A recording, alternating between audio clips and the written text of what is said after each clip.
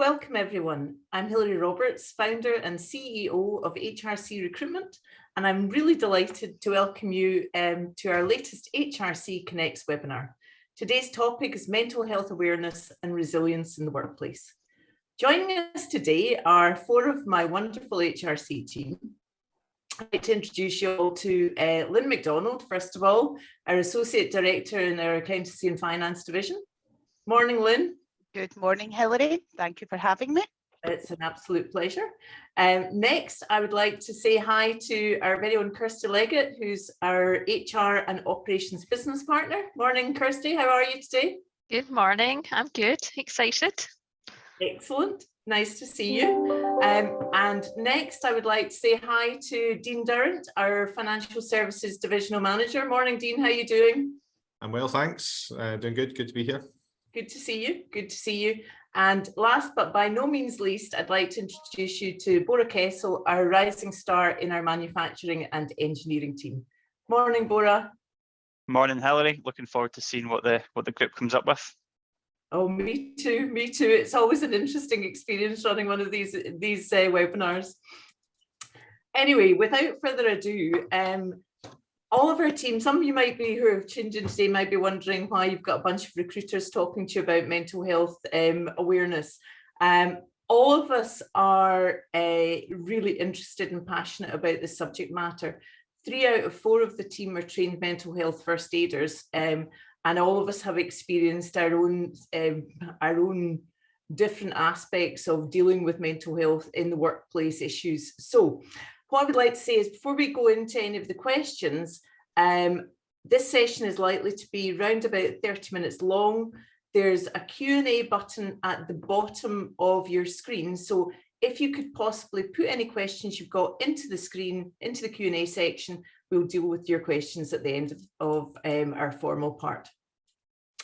Okay, so as I say, I am in no way an expert in this area. However, I am absolutely passionate about and committed to and can 100% relate to the issue. My own experience of suffering from stress and anxiety is, I guess, in relative terms, really quite mild, but also has been both debilitating and on occasion really very scary.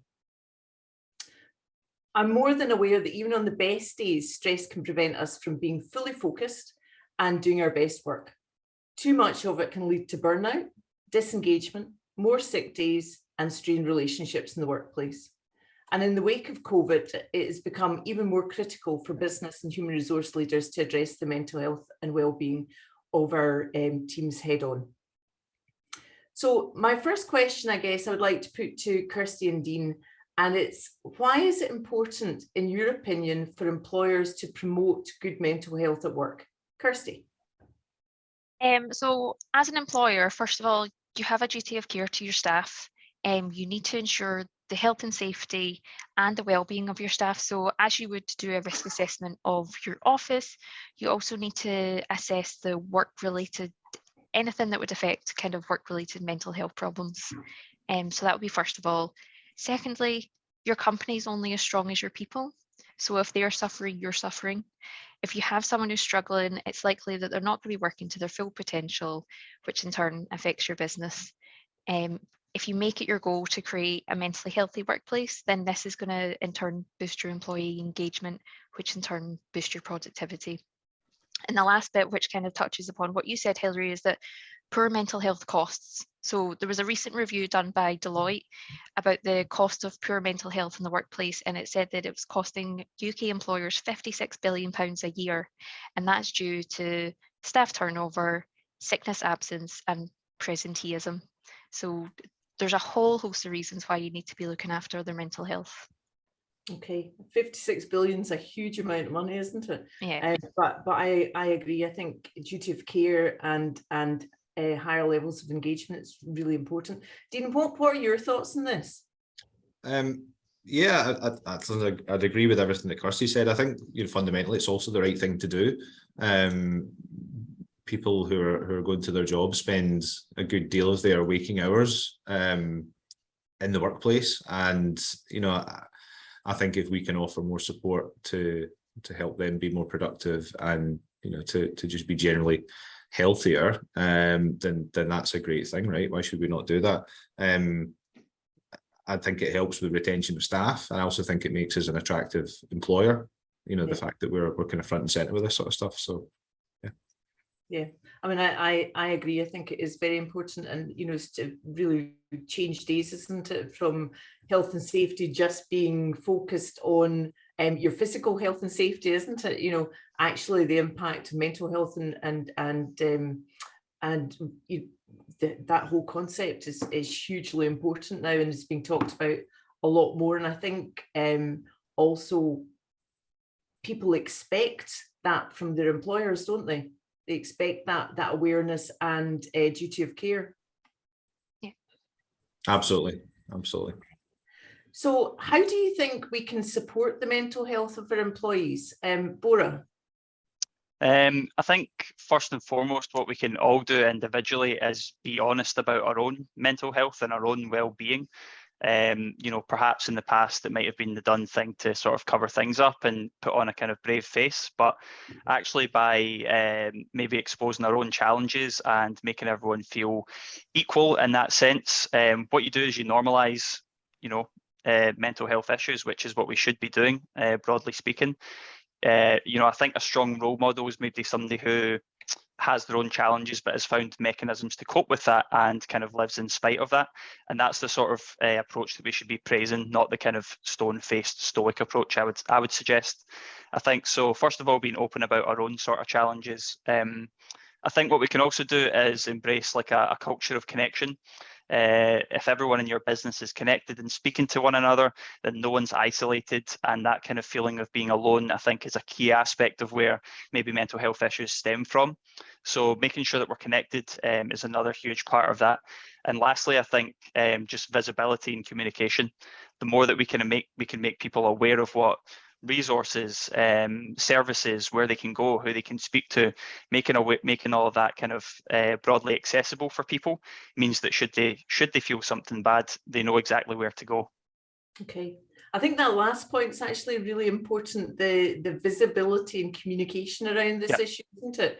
It's all very well having mental health first aiders, but actually if nobody knows that you've got them, and we don't talk about them, and we don't talk about what they can offer to the team, then you're kind of losing the value in having the people there in the first place, aren't you? That's exactly it. It's a huge piece of the puzzle. Ultimately, this is a wider problem that we've spoken about before, but visibility, absolutely essential. Yeah, okay. And Kirsty, what are your thoughts on this? So I'm just going to pick up on what Bora was just saying there, because part of what I had was about introducing mental health champions. So yes, as long as you're mental health first aiders, but people who, as Bora was saying, they're going to be really vocal about this. And they're fully trained in, yes, the mental health first aider training, but also in your own company processes. So if you've got an EAP, or just so that they know specifically where to signpost someone if they do see that they're struggling. My other point was, again, to touch on what Bora just said, is about the being open and honest. So as a manager, one of the best things that you could do is actually be vulnerable with your team. Yep. A big part of mental health, or the issue that we have around mental health, is the stigma. It's huge, and we really need to start normalizing the conversation and help make people more comfortable, so that if they are struggling, they know that that's fine and they can come and talk to you. Because actually sometimes just offloading, you don't necessarily always need advice, but you just need someone to talk to. And if you don't feel comfortable doing that, then you're just going to sit, and it's not a nice place to be. So managers, as leaders of today, if they can be honest about their own mental health struggles, it helps open the doors for other employees to feel more comfortable about their own challenges. And it also makes the managers seem more relatable, just gives that kind of human aspect, and actually shows them to be really brave, to be open and honest, kind of talking about things that are, but I understand that people might not be comfortable talking about some things that are personal, but if you can, it's a great thing to do. And also just about making sure that you aren't just paying this lip service, you're kind of practice what you preach. Yeah. So you're every managers are generally concerned about the well-being of their staff, but are they looking after their own well-being? So if they're promoting certain behaviours from their own staff, like not checking emails after a certain time, like making sure that they're getting the right work-life balance, are they doing that? Are they showing that to their staff? Because if you model these behaviours from your team, then that's what you're going to see. If you're working all hours of the day, then naturally that's probably going to be what your team expect or think that it's expected of them.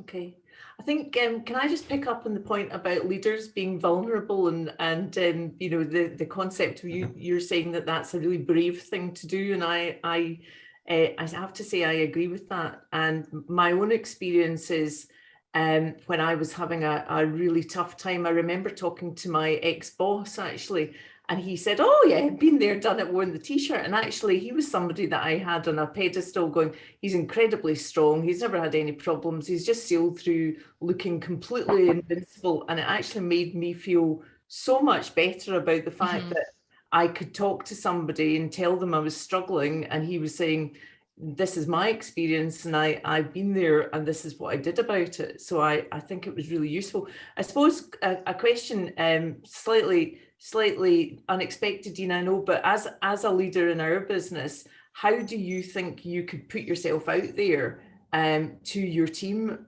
and actually show that vulnerability? I think, as it's been suggested, it's just kind of sharing some of the experiences that we've been through to actually show that we're kind of people too, right? And we have tough days and better days, and actually a lot of talking through these things is sometimes enough to set it on the path to recovery. You know, if you're able to talk about a problem and your team have got the confidence to come to you and actually talk about these things, then I think that puts you in a really healthy place. And that certainly it seems to be working quite well here and for my team. So I think I guess it all just starts with having a relationship of trust between the manager and the team that they're leading, doesn't it? Okay, so what is resilience? We talked about resilience in the title of this. What is resilience, and why do we think it's important that we help our employees develop this? Can I go to Lynne? Absolutely. For me, resilience is the ability to bounce back when you're in an adverse, either personal or professional situation. We can't control everything.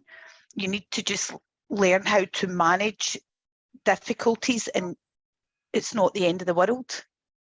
You know, people make mistakes, and I think when you're talking about vulnerability as a leader, you know, I'll tell the team, I made a mistake today. This is what happened. This is what I'm doing about it, and it'll be fine. So it's about bouncing back, basically. Okay, and Dean, what's your view on resilience?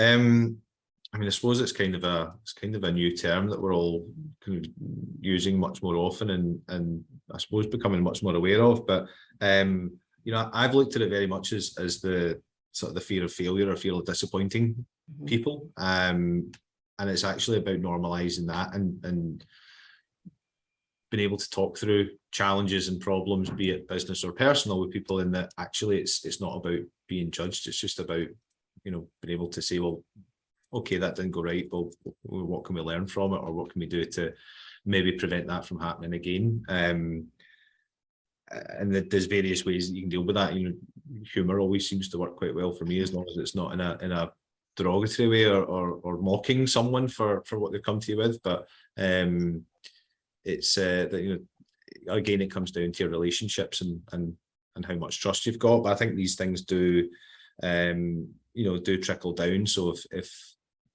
the leaders in the business are displaying these things and be able to show resilience and can continue those behaviours with their teams, then it kind of embeds that as it's okay to have problems, and it's okay for things to not go right all the time.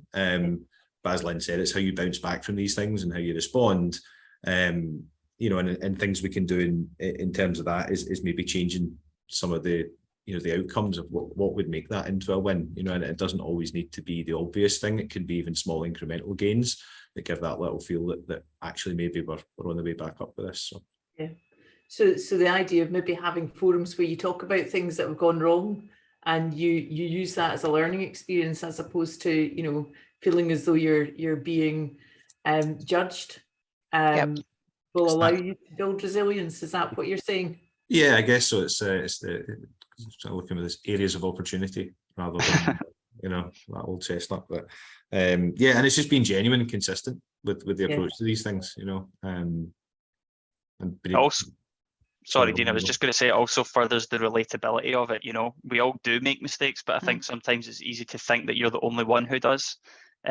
Sometimes you can have this, why am I not performing as well as so-and-so? Or, you look around and see everybody that you assume is just kind of plain sailing through life, and it's just not the case. So as Dean's highlighted there, like just breaking down and talking about whether you want to call it failures or mistakes, it can be hugely rewarding to actually just go, oh, you're like me too. And often that is half the battle, to be honest. Yeah, I think that's very fair. It's actually quite interesting. You said resilience is a new word. I think I've been talking about being resilient in a recruitment environment for as long as I can remember. But the difference I think now is that when I started out in recruitment, you weren't encouraged to talk about where you went wrong and where you made mistakes. You almost felt as though you just had to keep your head down and just get on and do better. And that in itself just piles pressure on you. Whereas actually, Bora, you're right. If you talk about the things you've got wrong, actually, it's a great learning experience for everybody. And it means, going back to Lynne's original point, nothing is the end of the world, really. And these things that seem to be such a huge issue become, again, Bora, your word, normalised. Completely, yeah. Most mistakes can be fixed. That's very true. If you put your hand up. So speaking about it is key, I think. Yeah. And if they can't be fixed, you can certainly learn from them. Yep. And that in itself is really useful. Okay, so what have been the most beneficial wellbeing initiatives that we've put in place over the last few years, Kirsty? So, I mean, to be honest, we have put a big focus on this over the last few years, and I'm really proud of the work that we've done in this area. So one of the things, and apologies for anyone who was on our last webinar and is bored of me talking about this, but one of the people that we partner with is a life insurance provider called ULife. But rather than just being a reactive life insurance tool, they also have a proactive wellbeing side as well. So it gives people, there's an EAP that's part of it, so it gives people access to one-on-one counselling sessions. There's group counselling, career counselling, life coaching, but then there's also like nutritionist consultations, fitness programs that you can get through it, and it encourages people to look after their own well-being. There's an app that you use, and you can do certain challenges. So you can do a walking challenge. It links up to Fit. It links up to, you can cycle as well, and you kind of earn points when you do challenges, and then you can spend your points at specific partners that work with them. So it's just about encouraging people to, yes, the life insurance is a great thing, and I'm really glad we put that in place for everyone, but actually have this other side that's kind of promoting people to kind of get moving. The more you move, the more you'll be rewarded. So that's a really great thing that we've done. One of the other things that actually we put in place this year is increased holidays.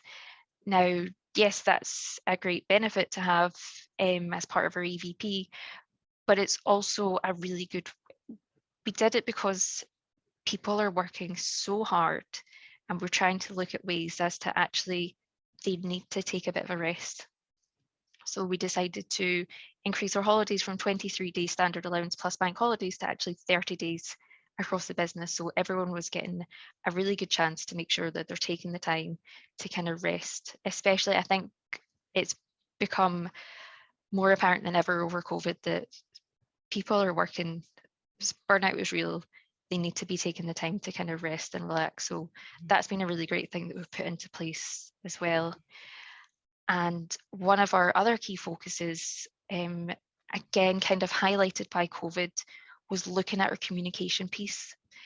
because actually working from home, it's hard to kind of keep in touch with your staff and kind of get to know how they're feeling, and especially through such a kind of highly stressful time, knowing them and knowing how they're feeling was more crucial than ever.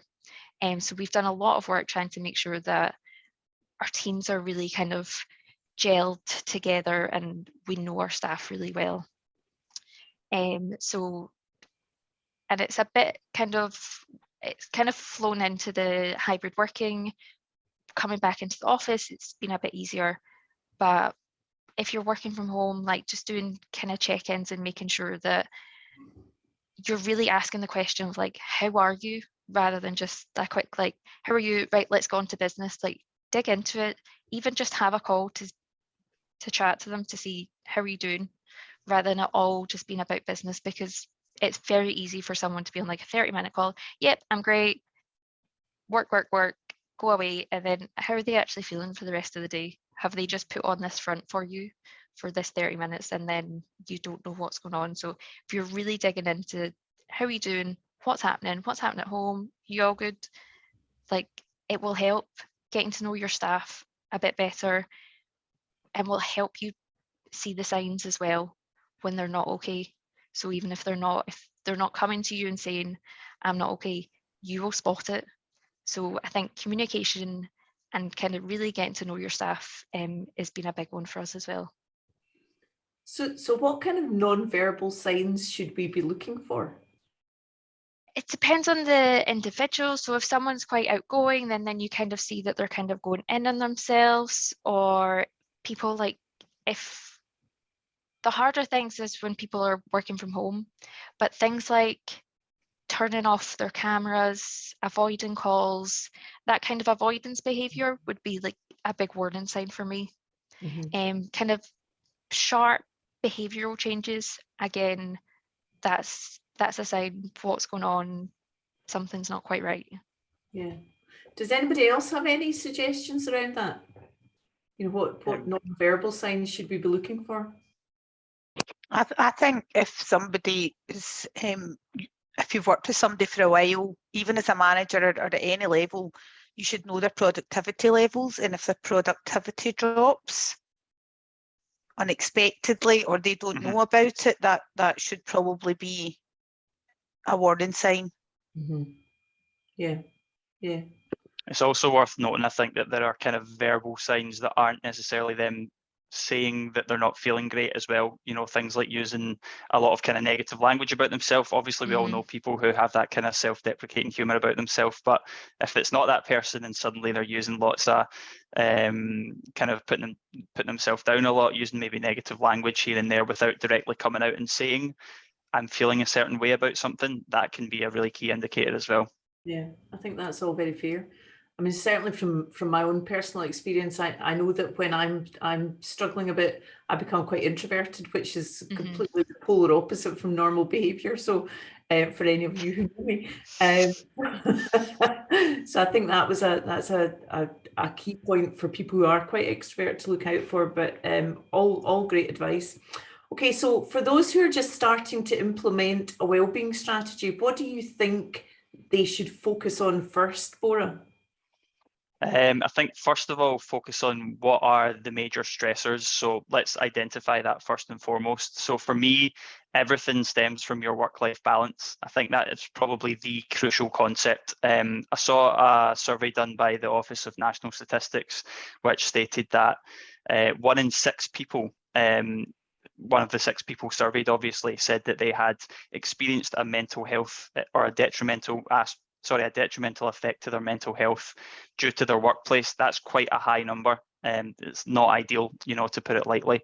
So given that that's such a kind of prominent issue, that needs to be the first thing that we look at. So avoiding burnout, making sure that what happens outside the 4 walls of work are different to what happens inside the 4 walls of work. That separation, absolutely crucial. But I think also individually, you need to be aware of when you are being impacted by your mental health. A lot of people don't notice that they're actually suffering individually. They have become so used to work in a certain way or living a certain way, that actually being able to identify for each person individually, what is the signs that I am feeling a stressor, that can be really powerful, because suddenly you realize that I'm not feeling normal. And actually that identification is super, super important for everyone, because then that allows you to kind of progress. But I would say, first of all, identify what the major stressors are and sort the work-life balance out first. Okay. So I think that, again, work-life balance, we talk about a recruitment environment, and you know, it's traditionally been an environment where, you know, you can work for as long as you want to work, and be as at your desk or working from home for hours and hours on end. How would you recommend managing upwards when you've got so much on your desk and it seems to be never ending, and you've got emails coming into your inbox, and you're trying to achieve that work-life balance, and your boss is going, I need this, I need this, I need this. Any ideas around that from anyone? I think just, you know, balance. Like, if you need to be working at 9 o'clock at night, maybe start an hour later the next day. It doesn't have to be more complicated than that. It's just balance. We all have things on our desk that need to be done by a certain time. That is just the reality of not just recruitment, but work life in general. So, you know, if that needs to be done, just simply balance it out. If you're borrowing a bit of happiness from the next day, pay it back later on. It's that kind of dynamic. A very good way of putting it. Lynne, what do you think? What do you think we should be looking at if you're starting out on this journey? What do you think you should focus on first? I think you need to look at what you want to achieve for your employees and tie it back to your actual business strategy. So do you have, I don't know, high absenteeism? Are you looking to increase productivity? Do you want to increase your staff retention rates? Do you want your staff to be happier? And the best way to do all of that is to ask your staff. And I know that when we were implementing everything, with multiple surveys come out, and all the results were fed back to us in terms of, this is what you have said, so this is what we're going to do. And that got massive buy-in from us as employees. But I think that it's tying everything in together. So what you want to achieve and how that matches with your business strategy as well.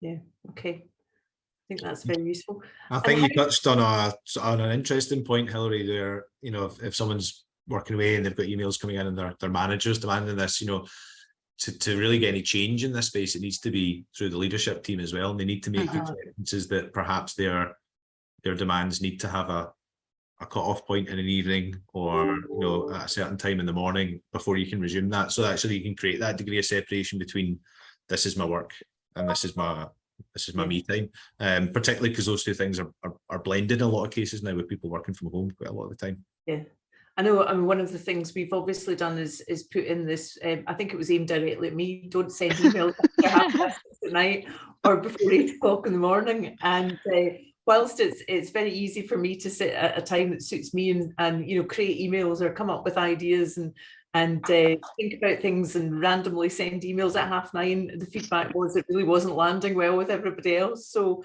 you know, putting that delayed send on, I think is a really good idea. I suppose one of the things that also everybody needs to be really mindful of is, you know, we've increased the number of holidays. Well, that doesn't necessarily mean that you get extra holidays to spend more time on your holiday looking at your emails. So I think turning your emails off and making sure they're directed to one of your colleagues is a really good idea as well. So but certainly I think senior people in the business are the ones who are particularly guilty of sending emails in the evening. So I for one have taken that on board, and whilst I occasionally have a slip, I think hopefully it's landing well with everybody else. I'm making a big effort to be much better at it, much better disciplined, because I too want time away as well. But I think that, Bora, I loved your idea of borrowing happiness. I think that's absolutely right. You know, it's not necessarily about not doing something in the evening. It's about taking the time back and finding the opportunity to go and do something at a time that suits you, that gives you that feeling of stress relief. Okay, so how can businesses stay connected with their employees, particularly when they're working in a hybrid working environment? Dean, what do you think about that? It's really difficult when you're limited to phone and video calls, if indeed you're in a distributed team. Some of my team are in Edinburgh, some are in Fife. So as lovely as it would be to jump in a car and just pop in for a cup of tea, it's not something that can be done all that often. I think it's also an opportunity to have more one-on-one time with people, though. So there is, perhaps a little bit of a silver lining that you don't necessarily need to then take that individual away and go for one of those, quite obvious quiet chats in the office about things, because you can have one-on-one time with people. And I think encouraging, your team and others, peers within the business, just to talk to each other, just to chat. So I'm not phoning up for any other reason than just to see how you're getting on, to talk about something else. And I saw that happened. You're right. Do you need anything from me? Things like that can go off a long way. I do think that having a blended approach and actually being able to have those deliberate office days, we're certainly focused on having everyone in on a Tuesday, which I think is working really, really well. And the number of conversations that happen on that Tuesday that would never have happened at another time, I think is a really healthy thing. And it definitely brings people closer together, I think. And I'm hearing people actually talking about it enthusiastically, like, oh, it'll be great when we're all in Tuesday because we're doing this, so we're doing this. And that's cross team, cross division. That's just generally quite positive. Mm-hmm. So you think making the effort as a business to bring all your team together on a regular basis is definitely worth considering? Absolutely. I think it's really difficult in some organizations to do that, and particularly if they've now hired and had individuals working successfully and productively fully remotely for the last couple of years. And it's not right for every business, but I think in an organization like ours, a very people-centric business, a lot of the learning is done through osmosis. We have a lot of new individuals coming in through the business and doing really well. I think there's a need to be around people and to be able to share experiences and to have some of those water cooler chats that, if everyone's fully remote all the time, you're less likely to stumble across some of those conversations. Yeah. Okay. And Lynne, what do you think we can do as a business and businesses to stay connected in a hybrid working environment? 100% agree with everything that Dean said in terms of having a day, whether it's once a week, once a month, whatever works for the business, to get everybody in so that they can interact. I read something, I think it was from the ONS yesterday, and it was 51% or 57%, I can't remember off the top of my head, of people who started during 2021 hasn't worked out for whatever reason. And I think a lot of that is to do with people or people that I'm speaking to who are looking for roles because they felt very isolated starting remotely. So I think that's when you need to get your loyalty and your buy-in from your employees by bringing them in and getting the interaction with the people. I think for us as a business, we do a lot of video interaction. Even during the pandemic, nothing was really phone calls. It was all face-to-face. On Teams, obviously, but there's other businesses that I've spoken to who do everything and their cameras are off. You need to see people, whether it's in person or on video, to see their reactions as well in terms of when you're speaking to them, what you're speaking to them about. For us as a team, we do a morning kickoff every single morning at 9 o'clock. And that's good just to get a wee bit of banter. Also work plans, but a bit of banter. You probably want to do social events as well, monthly, quarterly, whatever works that's non-work related, that people can just be friends and get on and have non-work chat. And one of the other things I think that's great that we've implemented as a business is charity events and supporting different charities. And there's something running pretty much every month that we all try to get behind. And not everybody can take part in everything, but we're all behind it. And it's just nice to feel part of a big team. Yeah. Okay. So I mean, a lot of the theme that's coming through is communication of one form, communication and interaction of one form or another. Okay. Before I go on to the questions, just one last question from me to the four of you. What suggestions or advice would you offer anyone who works in an environment where the leadership team offers little or no support around this issue? I'm going to go to Kirsty first. Well, I'll take the easy option and say potentially look for another job, because if you don't have buy-in from the leadership team about this kind of stuff, then maybe it's not the kind of place that you want to work. Okay, interesting answer. Lynne? I would 100% agree. I would speak to your manager, speak to your leadership team. If nothing changes, get another job. Phone me, I'll get you a job. Bora, what do you think? Well, obviously I agree with Kirsty and Lynne there, especially nowadays. You've got so much choice of places that will look after you and kind of treat you well and support you. So absolutely, simply don't put up with it. In the short term, before you can find something new, find someone within that business that you can speak to, whether it's a colleague, whether it's the janitor, who cares? If somebody's willing to listen to you and listen to your problems and be that kind of shoulder to lean on for you, do that short term. But yeah, ultimately, Lynne and Kirsty are right, to be honest. Okay. Dean? It's hard to disagree with that, in all honesty. And I think if the leadership team of a business are not interested or aren't willing to, to make any change or adjustments, then it's a case of questioning whether or not you want to continue working for a business. I mean, if it's important to you, I think there's absolutely choice out there. So definitely phone one of us. Okay. Question from some of our audience. Is resilience something you can teach? And have we done any internal training in this? Kirsty? Yeah, do you know what? I definitely do think it is something that can be taught.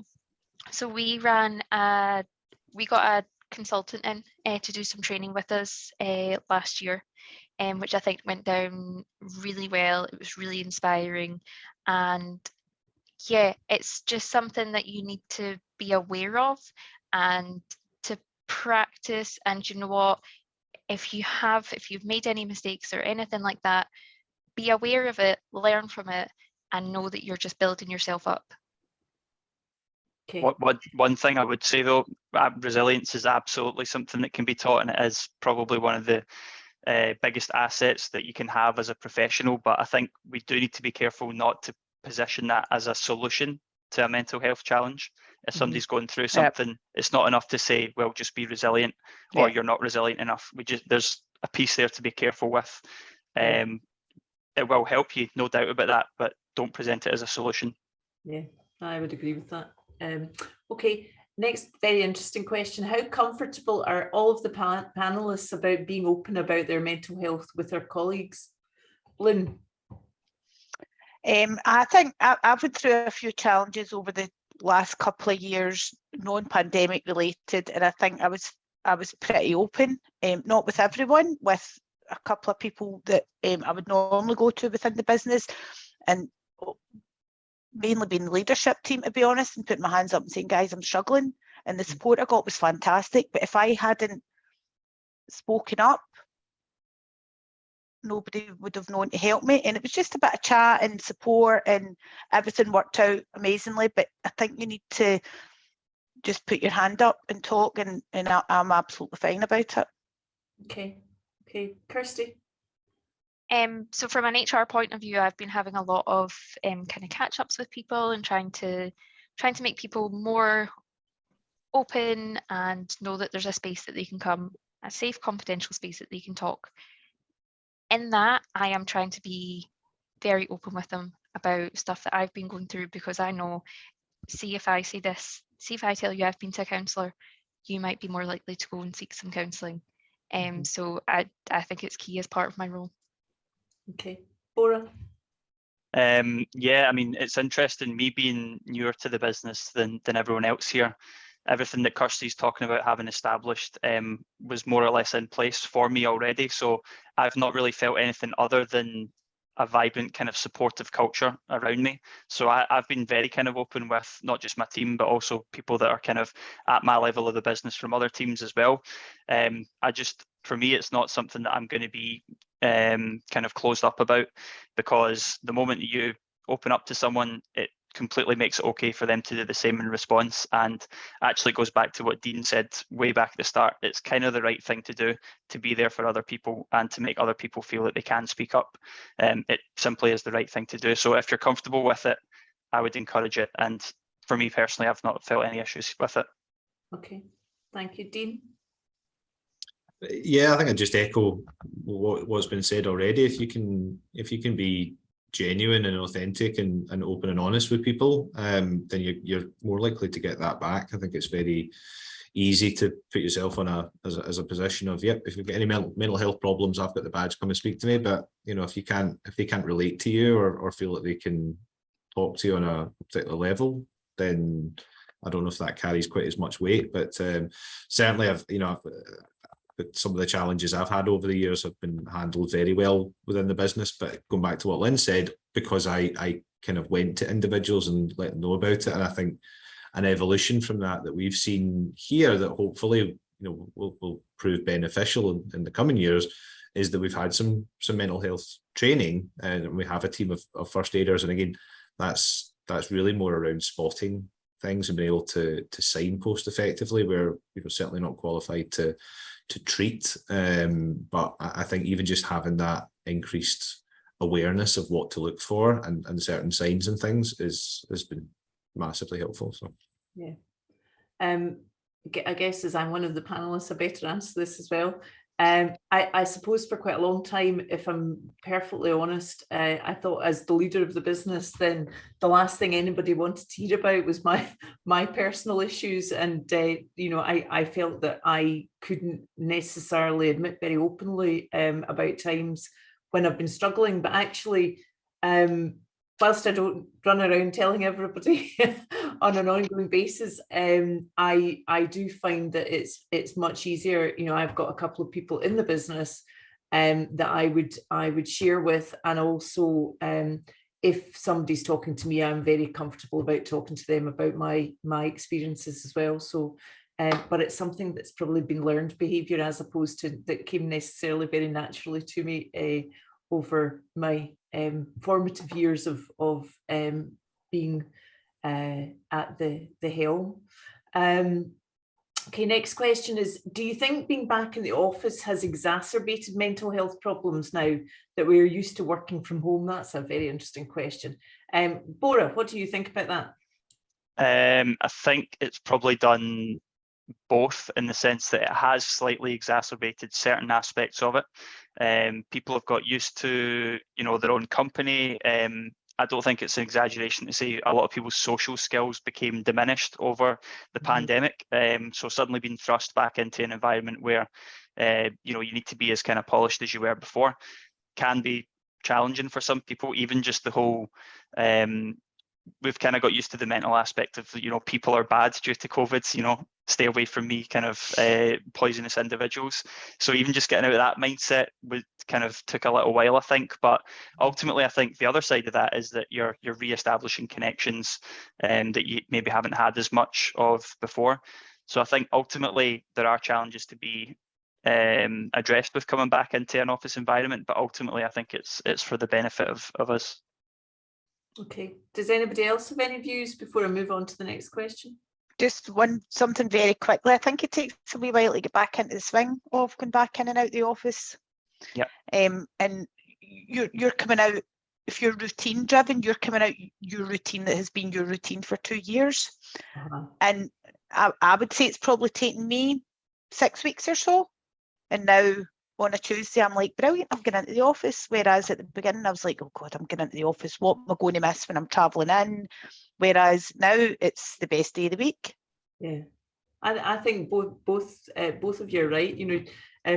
The diminished social skills is absolutely right. I think that's been a huge thing, actually. No question, yeah. And it does take time to readjust and get back to just being pre-COVID normal. As far as that's concerned.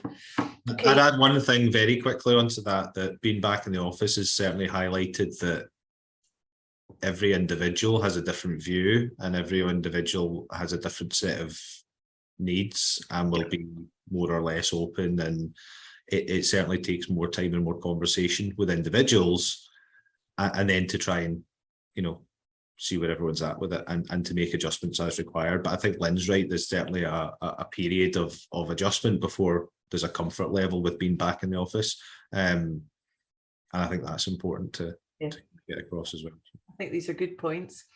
Okay, how do you help somebody who's been off long-term with mental health issues, and how do you help them readjust to the workplace? Can I go to Kirsty very quickly on this?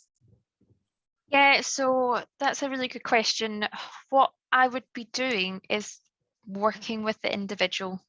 So work together to find out what they need, how can we get them back in, what's going to help. So it's really, it's not just we can't tell them what they need, but you need to be open with them, they need to be open with you, and work together to find out the solution. And it might be a trial and error thing, but work together to find out something that works for both of you that will help kind of ease them back in. It's not a fling them back in at the deep end type thing. Yeah, I mean, I think one of the things that we've been talking about is if we found somebody in that situation, potentially offering them the opportunity of phased work, a phased return back into the workplace. And the workplace can be hybrid or it can be working in the office. It doesn't really matter.